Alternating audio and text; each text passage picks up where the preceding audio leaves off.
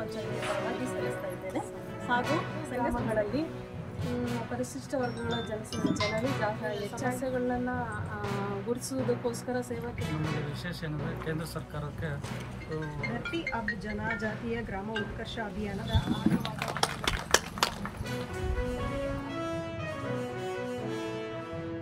ಅದೇ ಕರ್ಮಯೋಗಿ ಯೋಜನೆ ಅಡಿಯಲ್ಲಿ ನಮ್ಮ ಪಂಚಾಯತಿಯ 2 ಗ್ರಾಮಗಳನ್ನು ಆಯ್ಕೆ ಮಾಡಿದ್ದು.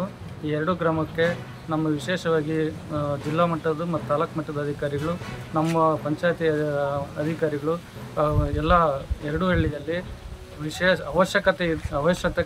ಅವಶ್ಯಕತೆ ಇರುವ ಕಾಮಗಾರಿಗಳನ್ನು ಗುರುತಿಸಿ ಆ ಕಾಮಗಾರಿಗಳ ಅಂದಾಜು ಪಟ್ಟಿ ಮಾಡಿ ಈ ಸಭೆಯಲ್ಲಿ ವಿಶೇಷ ಗ್ರಾಮ ಸಭೆಯಲ್ಲಿ ಅನುಮೋದನೆಗೊಂಡು ಮತ್ತು ಈ ಇಲಾಖೆಗೆ ಇದನ್ನವೇ ಕಳಿಸಲು ಸರ್ವಾನುಮತದಿಂದ ಸೂಚಿಸಿದೆ. ದೀಪ ಆಗಿರ್ಬೋದು, ಇನ್ನು ಅನೇಕ ಇತರೆ ಮೂಲಭೂತವಾಗಿ ಜನಗಳಿಗೆ ಏನು ಅವಶ್ಯಕತೆಯಾಗಿ ಏನು ಬೇಕಾಗಿರುತ್ತೋ ಆ ಎಲ್ಲ ಕಾಮಗಾರಿಗಳನ್ನು ಒಂದು ತಂಡವಾಗಿ ನಾವು ರಚನೆ ಮಾಡಿಕೊಂಡು ಅಡ್ಡನಡಿಗೆಲ್ಲ ಓಡಾಡಿ ಕಾಮಗಾರಿಗಳನ್ನು ಗುರುತಿಸಿ ಸಂಪನ್ಮೂಲ ನಕ್ಷೆ ಮತ್ತು ಸಾಮಾಜಿಕ ನಕ್ಷೆಯನ್ನು ಮಾಡಿ ಈ ಕಾಮಗಾರಿ ಏನು ಆಯ್ಕೆ ಮಾಡ್ಕೊಂಡು ಬಂದಿದ್ದೀವೋ ಆ ಕಾಮಗಾರಿಗಳನ್ನು ಈ ಗ್ರಾಮ ಸಭೆಯಲ್ಲಿ ಆಯ್ಕೆ ಮಾಡಿಕೊಂಡು ಅನುಮೋದನೆಯನ್ನು ಪಡಿತಾ ಇದ್ದೀವಿ.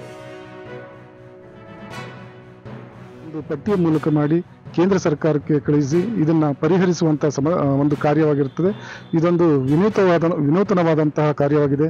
ಈ ಒಂದು ಕಾರ್ಯದಲ್ಲಿ ನಾವುಗಳೆಲ್ಲ ಭಾಗಿಯಾಗಿರ್ತಕ್ಕಂಥದ್ದು ನಮ್ಮ ಒಂದು ಸೌಭಾಗ್ಯ ಅಂತ ನಾವಾದರೂ ಭಾವಿಸ್ತೇವೆ.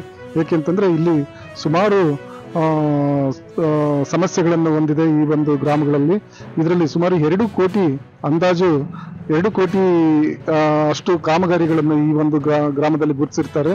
ಹಾಗಾಗಿ ಈ ಒಂದು ವಿಶೇಷ ಸಭೆಯಲ್ಲಿಟ್ಟು ಅನುಮೋದನೆ ಪಡೆದಿರುವುದು ಒಂದು ಖುಷಿಯಾದ ವಿಷಯ.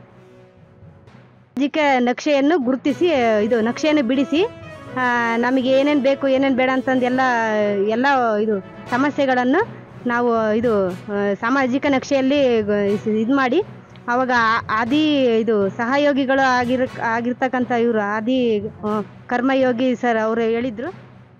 ಹಾಗೆ ಒಂದು ದನಿಂದು ಇದನ್ನ ಮಾಡಿಕೊಡ್ರಿ ಅಂತಲೂ ಹೇಳಿದ್ದೆ ಸರ್.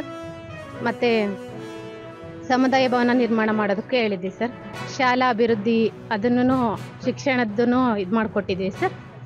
ಸ್ಮಶಾನದ್ದು ಕೊರತೆ ಇತ್ತು ಸರ್, ಅದಕ್ಕೂ ಅರ್ಜಿ ಇದು ಮಾಡಿಕೊಟ್ಟಿದ್ದೀವಿ ಸರ್. ಅದನ್ನು ಕೇಳ್ಕೊಂಡಿದ್ದೀವಿ ಸರ್. ಎಲ್ಲ ಒಟ್ಟು ನಮ್ಮ ಗ್ರಾಮದಲ್ಲಿ ಏನೋ ಕುಂದುಕೊರತೆಗಳನ್ನ ಹೇಳ್ಕೊಳಕ್ಕೆ ಇದೊಂದು ದಾರಿ ಇತ್ತು ಸರ್. ಹಂಗಾಗಿ ಎಲ್ಲ ಕುಂದುಕೊರತೆಗಳನ್ನ ನಾವು ಇದರಲ್ಲಿ ಮೆನ್ಷನ್ ಮಾಡಿದ್ದೀವಿ.